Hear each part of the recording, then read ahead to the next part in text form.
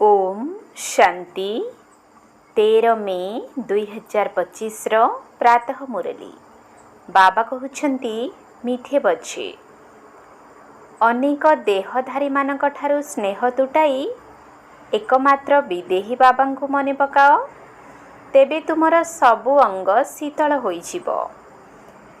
अनेक देहधारी मानक ठारू स्नेह तुटाई एकमात्र विदेही बाबा को मने पकाओ तेबे तुमर सबु अंग अर्थात कर्मेंद्रिय शीतल होइजिब। प्रश्न जो माने दैवी कूलर आत्मा होइथिबे सेमानकर लक्षण किपरि होइथिबो? जो माने दैवी कूलर आत्मा होइथिबे सेमानकर लक्षण किपरि होइथिबो?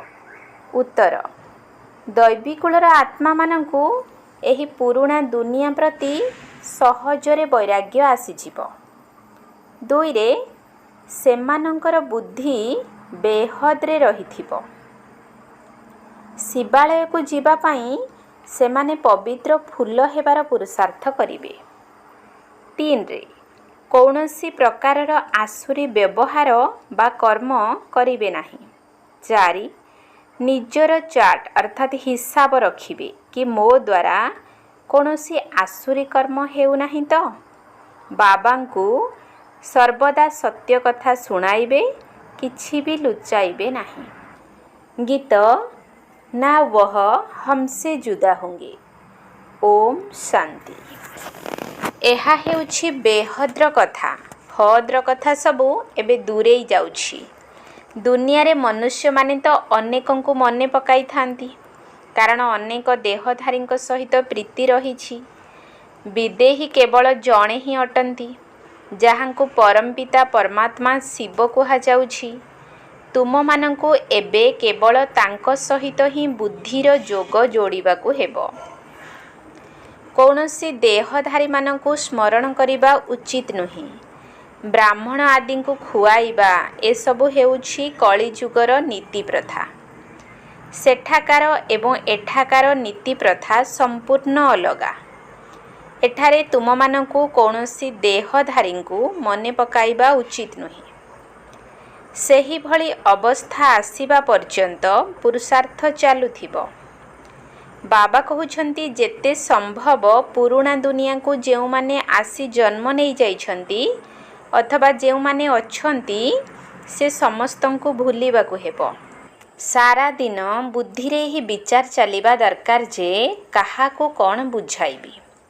समस्तन को एकथा कहिबा को हेबो जे एठा को आसी विश्वर अतीत वर्तमान भविष्यत को बुझ। जहा को केही हेले भी जानी नाहंती। पास्ट अर्थात केबे ठारू आरंभ हेला। प्रेजेंट अर्थात एबे कौन हेउछि। सत्य जुगरु आरंभ हेउछि। तेबे सत्य जुग ठारू वर्तमान पर्यंत एवं फ्यूचर अर्थात भविष्यत रे कौन हेबो दुनिया रे केही किछि भी जानी नाहंती। तुमे संतान माने जानिछ सेथिपाई चित्र आदि तैयारी करूछ। एहा बहुत बड़ बेहद्र नाटक। दुनिया रे मिथ्या कहानी उपरे आधारित हद्र नाटक बहुत तैयारी करूछंती। सेथिरे कहानीर लेखक अलगा एवं नाटकर दृश्यर निर्माता अलगा थांती। ए सबुर रहस्य एबे तुम बुद्धि रे अछि। एबे जहा किछि देखुछ ताहा आगो को रहिबो नाही। सबु विनाश होइजिबो। तेणु तुमको सत्यजुगी नुआ दुनियार सीन सिनेरी बहुत भल भावे देखाइबाकू पड़िबो। जेपरी आजमेर रे सुनार द्वारिकार चित्र अछि सेथिरु मध्य चित्र नेई नुआ दुनियार अलगा चित्र तैयारी करी देखाओ। एही पुराणा दुनिया को निया लागिबो। एहार नक्शा मध्य अछि ना एवं एही नुआ दुनियार चित्र मध्य तुम मानक बुद्धि रे प्रत्यक्ष होई जाउछि। एही भली भल भावरे विचार करी नुआ दुनियार चित्र तैयारी करिबा उचित।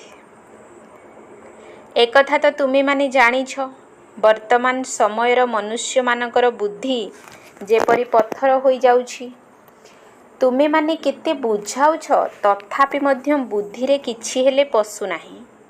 जेपरी हद्र नाटकर निर्माता माने सुंदर सीन सिनेरी तैयारी करिथांती ସେହିପରି କାହାଠାରୁ ସାହାଯ୍ୟ ନେଇ ସ୍ୱର୍ଗର ସିନେରୀ ବହୁତ ସୁନ୍ଦର ଭାବରେ ତିଆରି କରିହେବ। ସେମାନେ ବହୁତ ଭଲ ଆଇଡ଼ିଆ ଦେଇପାରିବେ, ଭଲ ଉପାୟ ମଧ୍ୟ ବତାଇ ପାରିବେ। ଏ ସମ୍ବନ୍ଧରେ ଏପରି ଭଲ ଭାବରେ ଚିତ୍ର ତିଆରି କରିବା ଉଚିତ ଯାହାକି ମନୁଷ୍ୟ ଆସି ବୁଝିପାରିବେ। ବାସ୍ତବରେ ସତ୍ୟ ଯୁଗରେ ତ ଗୋଟିଏ ହିଁ ଧର୍ମ ଥିଲା।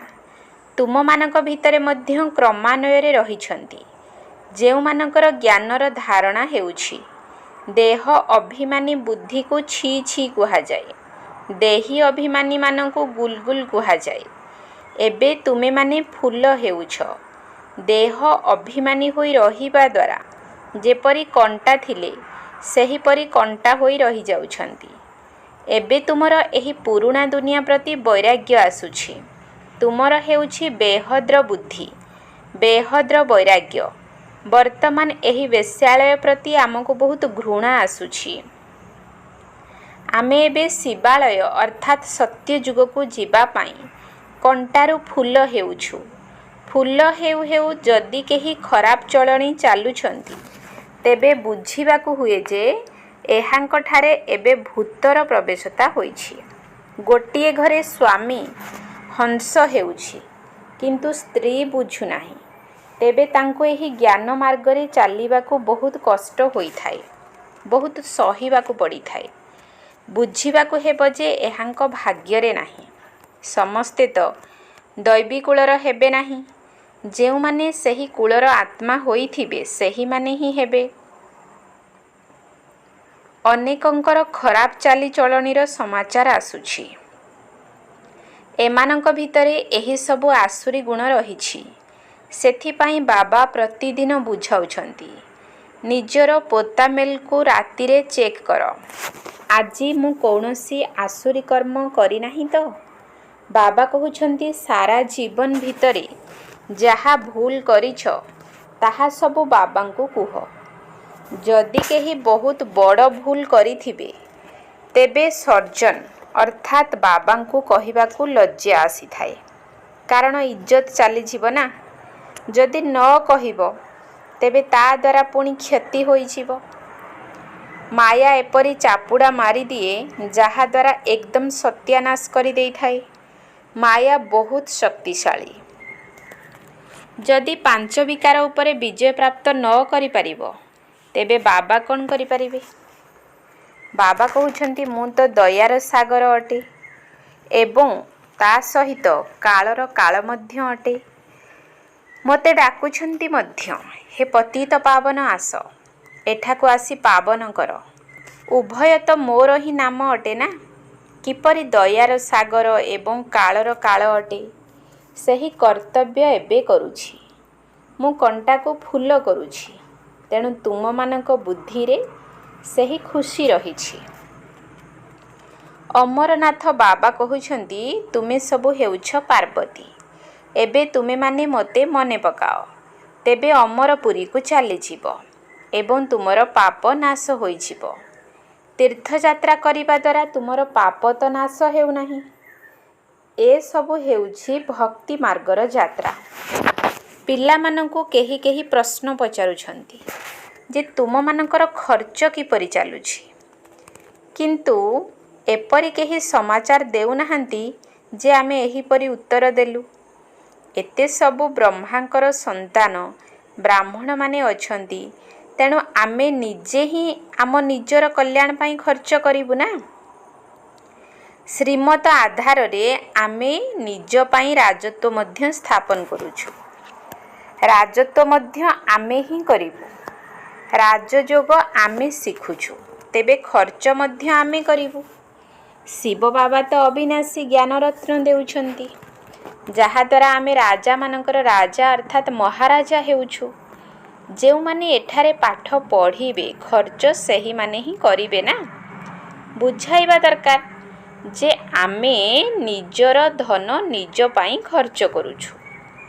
ଆମେ କୌଣସି ଅନୁଦାନ ନେଉନାହୁଁ। କିନ୍ତୁ ପିଲାମାନେ ବାବାଙ୍କୁ ପତ୍ର ଲେଖିଲେ କେବଳ ଏତିକି ଲେଖି ଦେଉଛନ୍ତି ଯେ ଏହିଭଳି ପ୍ରଶ୍ନ ସବୁ ପଚାରୁଛନ୍ତି।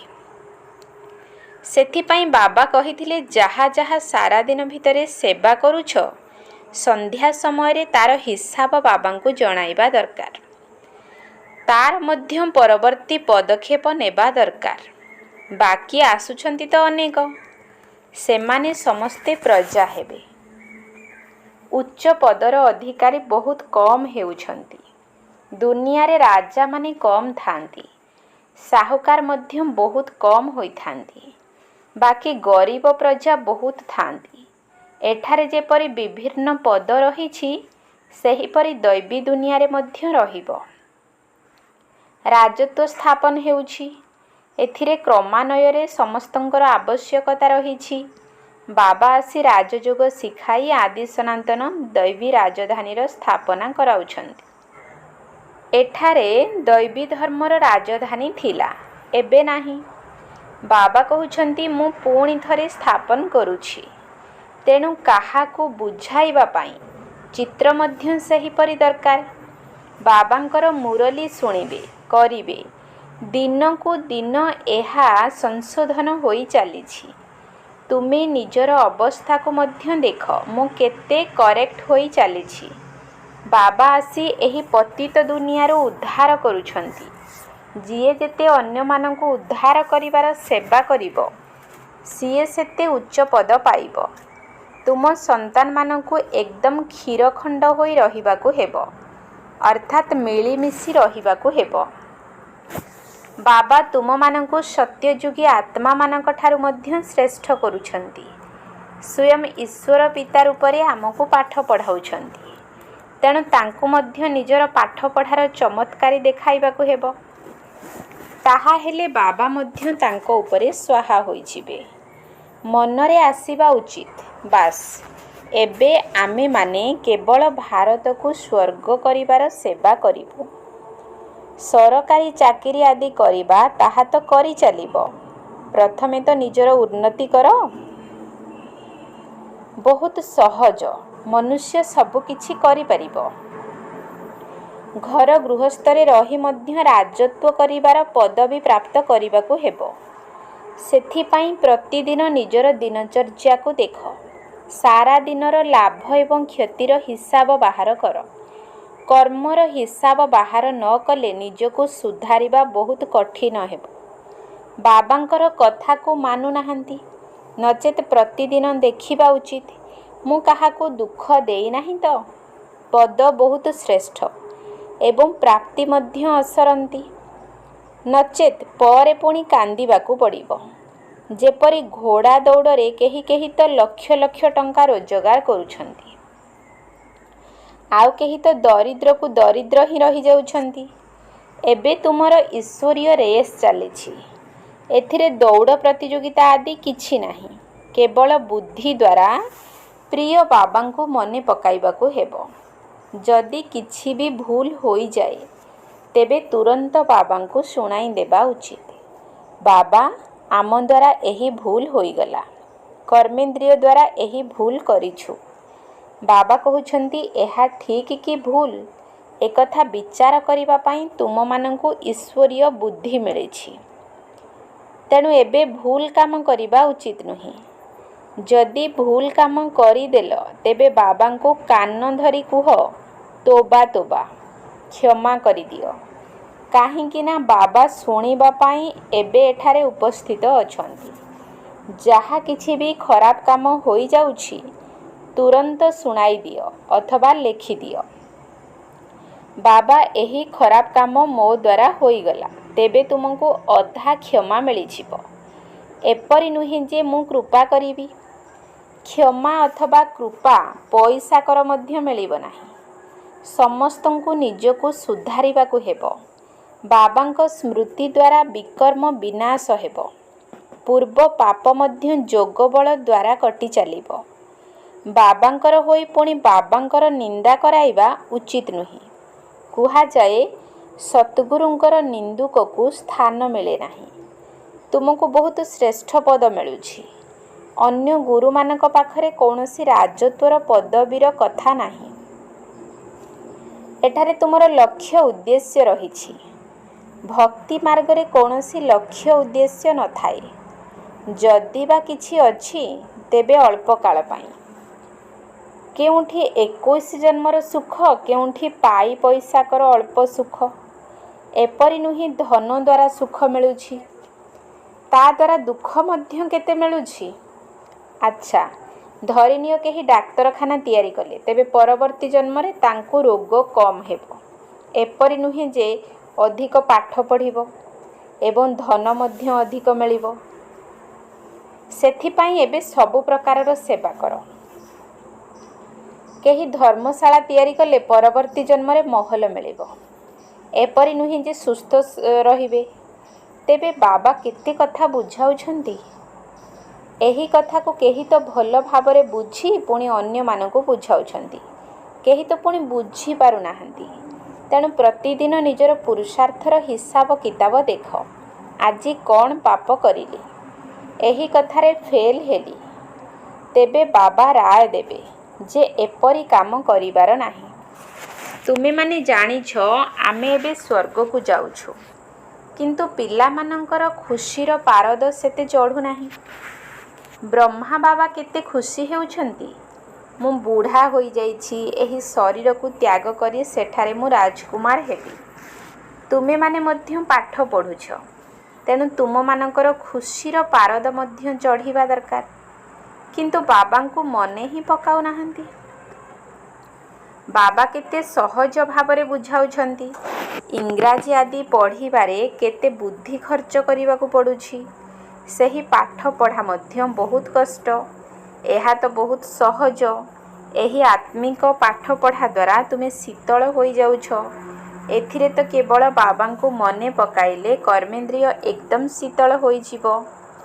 तुम मानकर तो शरीर अछि ना, शिव बाबांकर तो शरीर नाही। श्रीकृष्णकर अंग अछि, तांकर अंग तो शीतल पवित्र, सेथिपाई तांकर नाम रखी देइछंती। तेबे तांक सहित किपरि संग करिवो, सिए तो सत्य जुगरे ही थांती। तांकर अंग को एपरि शीतल किए करिले, ए कथा को तुमे माने एबे बुझी पारुछ। तेबे तुम संतान मानकु मध्य सेतिकी धारणा युक्त हेबाकु पड़िबो। बिल्कुल लड़ेई झगड़ा करिबा उचित नुहे। सर्वदा सत्य कथा कहिबाकु पड़िबो। मिथ्या कथा कहिबा द्वारा सत्यानाश होई जाई थाए। बाबा तुमको अमूलचूल सबु कथा बुझाउछंती। चित्र मध्य बहुत भल भल तैयारी करिबा उचित, जहाँकि समस्तंक पाखकु जीव। भल जिनिस देखिले कहिबे चालो सेठाकु जाई देखिबा। जेउ माने चित्र को बुझाउछंती सेमाने मध्य बुद्धिमान होइथिबा दरकार। सेवा करिबा मध्य शिखिबाकु हेबो। भल ब्राह्मणी मध्य दरकार, जे कि निज सदृश अन्य को करि परिबो। जे निज समान अन्य को मैनेजर करि थांती, तांको भल ब्राह्मणी कुहाजिबो। सेमाने पद मध्य उच्च पाइबे। पिलालिया बुद्धि मध्य न हेउ, नचेत अपहरण करी नहीं जिबे। रावण संप्रदाय अटे ना। एपरी ब्राह्मणी प्रस्तुत कर, जे कि पर मुहूर्त रे सेंटर दायित्व नहीं परिबे। अच्छा, मीठा मीठा सिकिलधे संतान मानक प्रति माता पिता बाप दादांकर मधुर स्नेह संपन्न शुभेच्छा एवं सुप्रभात। आत्मिक पितांकर आत्मिक संतान मानकु नमस्ते। आत्मिक संतान मानकर आत्मिक बाप दादांकु नमस्ते नमस्ते नमस्ते। सुप्रभात। धारणा पाई मुख्य सार 1 नंबर पॉइंट। बाबांकु निजर पाठ पढ़ार चमत्कारी देखाइबाकु हेबो। भारत को स्वर्ग करिवार सेबारे लागी पड़िबाकु हेबो। प्रथमे निजर उन्नतिर चिंता करिबाकु पड़िबो। समस्तंक सहित क्षीरखंड होई रहिबाकु हेबो। बाबांकु निजर पाठ पढ़ार चमत्कारी देखाइबाकु हेबो। भारत को स्वर्ग करिवार सेबारे लागी पड़िबाकु हेबो। प्रथमे निजर उन्नतिर चिंता करिबाकु पड़िबो। समस्तंक सहित क्षीरखंड होई रहिबाकु हेबो। 2 नंबर पॉइंट। जदि कौनसी भूल होई गला, तेबे बाबांकु क्षमा मागी निजे निजको सुधारिबाकु हेबो। ବାବା କୃପା କରିନଥାନ୍ତି, କିନ୍ତୁ ବାବାଙ୍କୁ ମନେ ପକାଇ ନିଜର ବିକର୍ମ ବିନାଶ କରିବାକୁ ହେବ। ନିନ୍ଦା କରାଇବା ଭଳି କୌଣସି କର୍ମ କରିବା ଉଚିତ ନୁହେଁ। ଯଦି କୌଣସି ଭୁଲ ହୋଇଗଲା ତେବେ ବାବାଙ୍କୁ କ୍ଷମା ମାଗି ନିଜେ ନିଜକୁ ସୁଧାରିବାକୁ ହେବ। ବାବା କୃପା କରିନଥାନ୍ତି, କିନ୍ତୁ ବାବାଙ୍କୁ ମନେ ପକାଇ ନିଜର ବିକର୍ମ ବିନାଶ କରିବାକୁ ହେବ। ନିନ୍ଦା କରାଇବା ଭଳି କୌଣସି କର୍ମ କରିବା ଉଚିତ ନୁହେଁ। ବରଦାନ: ଜ୍ଞାନବାନ ହେବାର ବିଶେଷତା ଦ୍ୱାରା ସଂସ୍କାରର ଟକ୍କରରୁ ସୁରକ୍ଷିତ ରହୁଥିବା କମଳ ପୁଷ୍ପ ଭଳି ନିଆରା ବା ସାକ୍ଷୀ ଭବ। ଜ୍ଞାନବାନ ହେବାର ବିଶେଷତା ଦ୍ୱାରା ସଂସ୍କାରର ଟକ୍କରରୁ ସୁରକ୍ଷିତ ରହୁଥିବା କମଳ ପୁଷ୍ପ ଭଳି ନିଆରା ବା ସାକ୍ଷୀ ଭବ। ସଂସ୍କାର ତ ଅନ୍ତ ସମୟ ପର୍ଯ୍ୟନ୍ତ କାହାର ଦାସୀ ହେବାର ରହିବ ତ କାହାର ରାଜା ହେବାର ରହିବ। ତେଣୁ ଏହାର ସଂସ୍କାର ବଦଳି ଯାଉ, ଏଭଳି ଅପେକ୍ଷା କର ନାହିଁ। କିନ୍ତୁ ମୋ ଉପରେ କାହାର ପ୍ରଭାବ ନ ପଡ଼ୁ, କାହିଁକି ନା ପ୍ରଥମେ ତ ସମସ୍ତଙ୍କର ସଂସ୍କାର ଭିନ୍ନ ଭିନ୍ନ ଅଟେ। ଦ୍ୱିତୀୟରେ ମାୟାର ରୂପ ଧାରଣ କରି ମଧ୍ୟ ଆସିବ। ସେଥିପାଇଁ ମର୍ଯ୍ୟାଦାର ସୀମା ଭିତରେ ରହି ସବୁ କଥାକୁ ନିର୍ଣ୍ଣୟ କର। ଭିନ୍ନ ଭିନ୍ନ ସଂସ୍କାର ହୋଇଥିଲେ ମଧ୍ୟ ଲଢ଼େଇ ନ ହେଉ। ସେଥିପାଇଁ ଜ୍ଞାନବାନ ହୋଇ କମଳ ପୁଷ୍ପ ତୁଲ୍ୟ ନିଆରା ବା ସାକ୍ଷୀ ହୁଅ। ସ୍ଲୋଗାନ: ହଠ ଅଥବା ପରିଶ୍ରମ କରିବା ପରିବର୍ତ୍ତେ ରମଣୀକତା ଦ୍ୱାରା ପୁରୁଷାର୍ଥ କର। ହଠ ଅଥବା ପରିଶ୍ରମ କରିବା ପରିବର୍ତ୍ତେ ରମଣୀକତା ଦ୍ୱାରା ପୁରୁଷାର୍ଥ କର। ଅବ୍ୟକ୍ତ ଇସାରା: ଆତ୍ମିକ ରାଜକୀୟତା ସହିତ ପବିତ୍ରତାର ବ୍ୟକ୍ତିତ୍ୱକୁ ଧାରଣ କର। ପବିତ୍ରତା ସୁଖ ଶାନ୍ତିର ଜନନୀ ଅଟେ। ଯେଉଁଠାରେ ପବିତ୍ରତା ରହିଛି ସେଠାକୁ ଦୁଃଖ ଅଶାନ୍ତି ଆସିପାରିବ ନାହିଁ। ତେଣୁ ଚେକ୍ କର, ମୁଁ ସର୍ବଦା ସୁଖର ଶଯ୍ୟା ଉପରେ ଆରାମରେ ଅର୍ଥାତ୍ ଶାନ୍ତ ସ୍ୱରୂପ ସ୍ଥିତିରେ ବିରାଜମାନ ରହୁଛି ତ? ମନ ଭିତରେ କାହିଁକି, କ'ଣ, କିପରିର ଦ୍ୱନ୍ଦ୍ୱ ରହୁଛି? ନା ଏସବୁରୁ ଊର୍ଦ୍ଧ୍ୱରେ ସୁଖ ସ୍ୱରୂପ ସ୍ଥିତି ରହୁଛି? ଓମ୍ ଶାନ୍ତି।